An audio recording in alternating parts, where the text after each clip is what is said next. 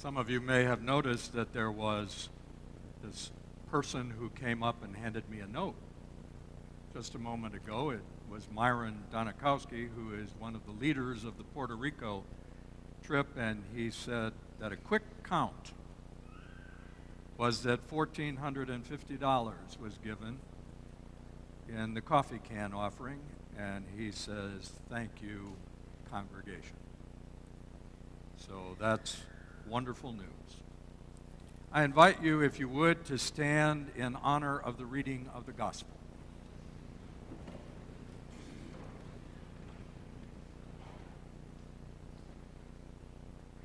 From Matthew chapter 17.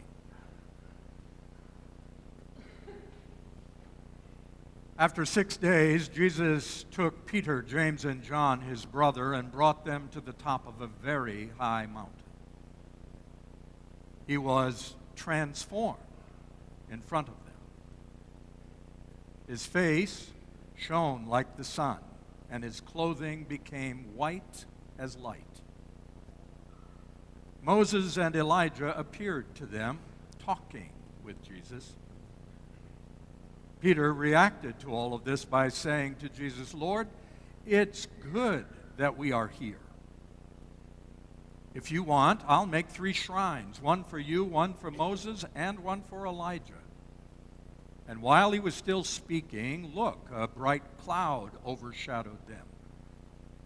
A voice from the cloud said, "This is my son, whom I love dearly. I am pleased with him. Listen to him." Hearing this, the disciples fell on their face, terrified. But Jesus came to each of them and touched them. And he said, "Get up. Don't be afraid." And when they finally looked up, they saw no one there except Jesus. The word of God for the people of God. Thanks be to God. You may be seated.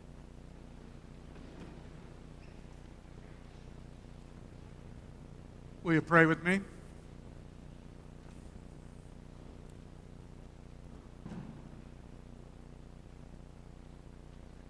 We ask you, O God, to be with us in our thinking, in our speaking, in our listening, so that you can be known among us and in us. This we pray in Christ's name. Amen. At the very beginning of Lent of 2001, I received a phone call from my father informing me that my grandmother was physically failing and that she didn't have long to live. She was nearly 95 years of age. She had led a full and meaningful life. I happened to be the eldest grandchild, and the two of us always had a very special bond. So after church on that first Sunday of Lent, I got in the car and made my way to Springfield, Missouri, where my grandmother was in a nursing care facility. One of my doctoral projects was to write a book on prayer. Grandma was probably the greatest prayer person I think I've ever known. And so I dedicated that book to the 2 most important women in my life, my wife and my grandmother. I took the book along with me so that I could read it to her, especially the page of dedication. I sat alongside of her bed for about a day and a half before I needed to return to my work at the church. As I read to her from the book, she would go in and out of sleep. But when she was awake, she was alert and very coherent. With my grandmother, there was never anything wrong with her mind, her memory, or her hearing. She could overhear a conversation at 50 yards.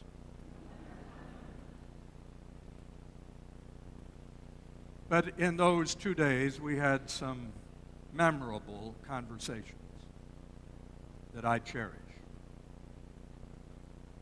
While I was reading to her, she suddenly sat up in her bed, grabbed hold of the metal rails on either side of her hospital bed, and looked straight ahead of her with eyes wide open as though she saw something extraordinary. I said, "What is it?" She said, "He's here again." I said, "Who's here?" She said, "Johnny's here." I said, "Johnny? Who's Johnny? I don't know any Johnny." She said, "You know, John, the one who saw the new heaven and the new earth." Chills ran up my spine. And I thought to myself, good God, my grandmother gets a visitation from the writer of the book of Revelation?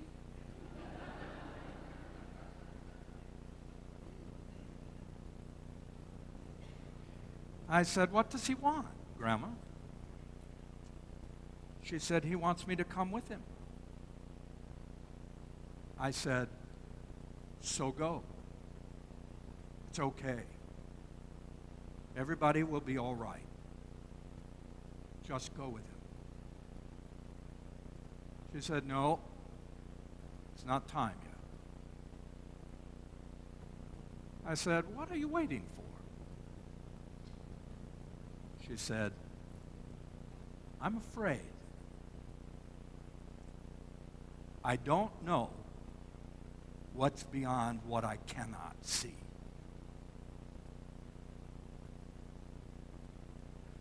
I said, "Grandma, you have been an example of extraordinary faith for your entire life. This is the moment you have been waiting for. Don't be afraid of it. Put your hand in his and let him walk you home." She said, "Nope. It's not time yet." And then she leaned back in her bed and she fell back asleep. Now, that same scenario played itself out once more while I was there. And according to my father and my uncle, it happened once again, just before she crossed from this life into the next. And I have to tell you that from that day to this, I have wondered all these years, is it possible? Is it really possible that she could have been visited by John?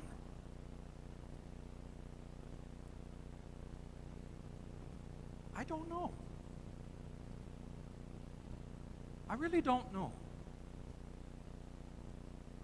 In some ways, it seems unlikely, doesn't it? Almost absurd. Then again, I was there. I heard what I heard. I saw what I saw. And I have come down on the side of belief rather than disbelief. You see, Grandma was not given to strange or weird manifestations of the Spirit. Doctors were merely keeping her comfortable and pain-free, but she was not on any hallucinogenic drugs. For 17 years now, I've thought about that event, and all I can do is tell you the story. I was just a witness.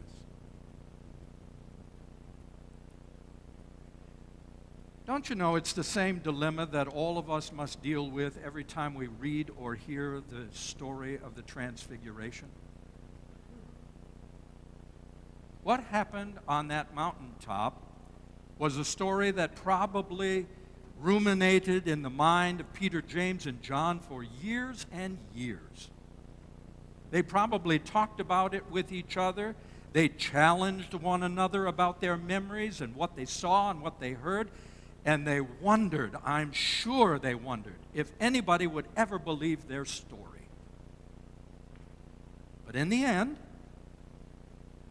they decided to tell their story so that it could be included in the Gospels as an experience they had that defied logic.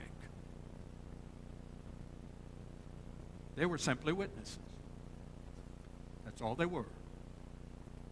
Witnesses. What I read to you from Matthew a moment ago is the story that is considered every year on the Sunday immediately preceding Ash Wednesday. Liturgically, today is called Transfiguration Sunday. This story happens to be one of the very few stories that is found in all three of the Synoptic Gospels. That's significant. It is a story that was recorded by Matthew, Mark, and Luke. And even though it's mystical and seemingly unbelievable, I doubt seriously that it's any harder to believe than the story of Christmas, Easter, or Pentecost.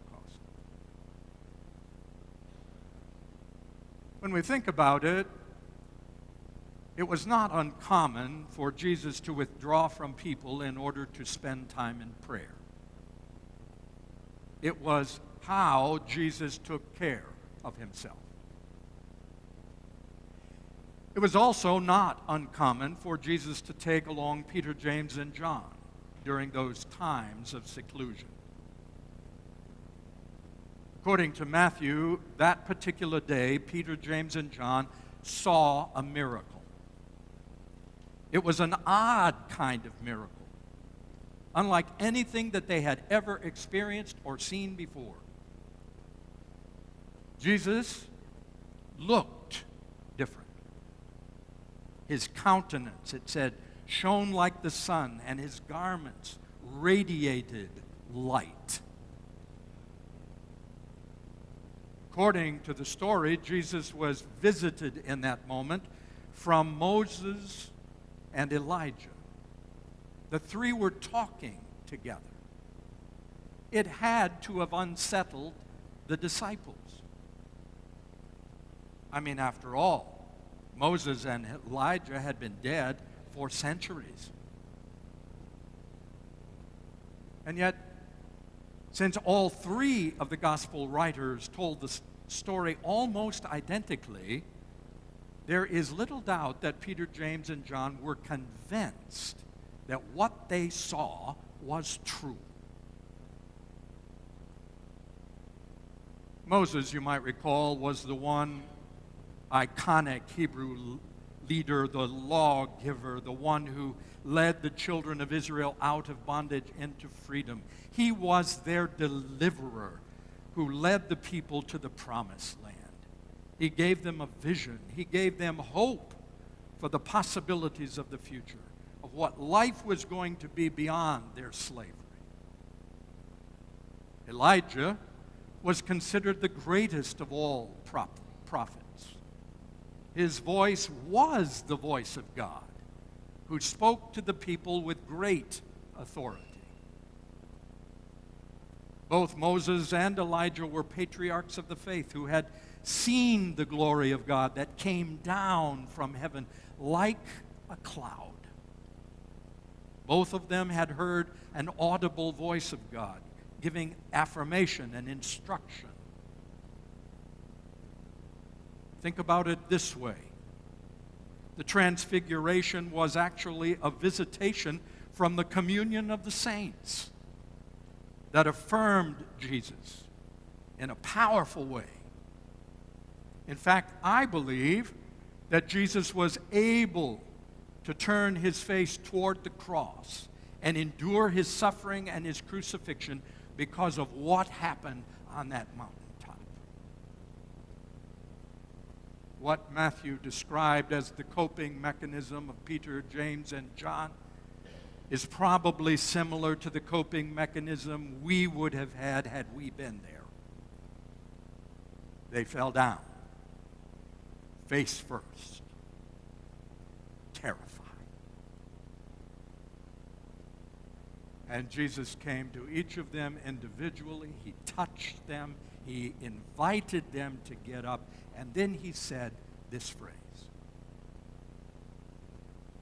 "Don't be afraid. Don't be afraid.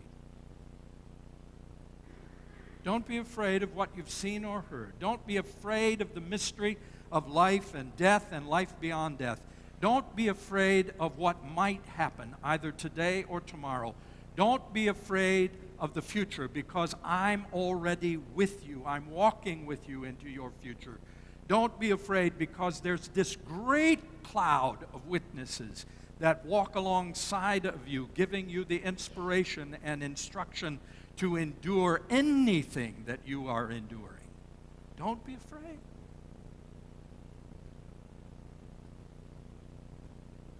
If you'll recall, Peter, James, and John were the primary leaders of that embryonic church.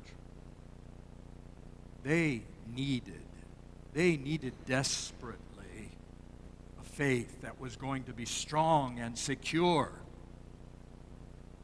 And on that mountaintop, Jesus taught them a lesson. Don't be afraid. Don't be afraid of the changes. Don't be afraid of the challenges. I am with you. But let's be honest, shall we? The most common reaction any of us have to change is resistance. And resistance is usually based on what? Fear. And to the feelings of fear, Jesus reminds us again and again and again, don't be afraid. Trust me. Have faith. Don't be afraid. Fear tends to immobilize us. I think it did for my grandmother. I think it did for Peter, James, and John. Maybe it does for you. Sometimes it does for me. And in the midst of getting through what we are going through, maybe when we finally look up from being bent over with our terror and our fear, perhaps when we finally are able to look up, all we will be able to see is Jesus. Don't be afraid. Amen. And what a way to enter into our Lenten journey. Isn't that what Lent is all about? It's about walking closer with Christ. So may Jesus Christ surround you all with his love, his grace, his peace, and give you that assurance again and again to not be afraid. Thanks be to God. Amen.